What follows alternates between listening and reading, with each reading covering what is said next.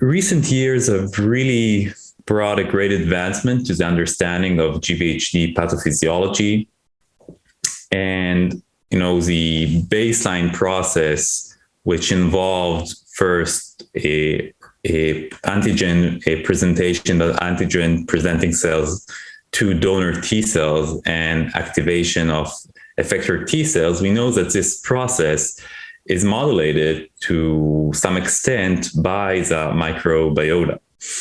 And there are several direct and indirect evidence showing that specific bacteria can modulate a GvHD. For instance, the group from Memorial Sloan Kettering showed that decreased glaucia is associated with greater GvHD severity. And there is other experimental and correlative evidence. And that kind of led the hypothesis that modulating the gut microbiota could be an effective treatment or interventions both to prevent and treat graft-versus-host disease.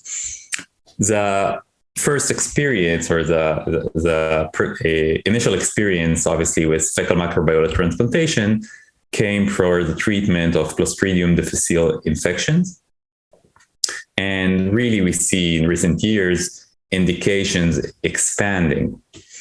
Now, for treatment, FMT in hematopoietic cell transplant recipients started with treatment for recurrent Clostridium difficile infections. And after seeing that it was safe, there were some preliminary, I would say, studies for treatment of acute GvHD. Now, the indications tested so far have focused on treatment of steroid-resistant acute graft-versus-host disease with gastrointestinal or lower gastrointestinal involvement, where the first experience, I would say, was reported by a group for Japan who treated 4 patients with steroid-resistant acute GvHD, showing quite a remarkable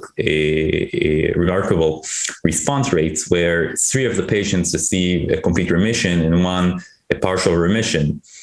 Now, mind you that steroid-resistant acute GvHD is in a lot of the cases a fatal disorder. So this was encouraging. And seeing the response rate, that provoked a few other studies. And today, we know, I think there are over 60 patients reported treated with acute graft-versus-host disease. The largest experience, I think, is reported from the Netherlands, where Valer and colleagues reported 15 patients with steroid-resistant and steroid-dependent, most of them were steroid-dependent, acute GvHD of the gut, showing that out of the 15 patients, 10 of the patients achieved a CR, or complete remission. However, there is great variability in response rates across studies. And also there is variability in the way that the FMT, or fecal microbiota transplantation, is prepared and administered. So definitely we need more studies and hopefully randomized control studies to understand what is the role of FMT in treatment of GI acute GvHD.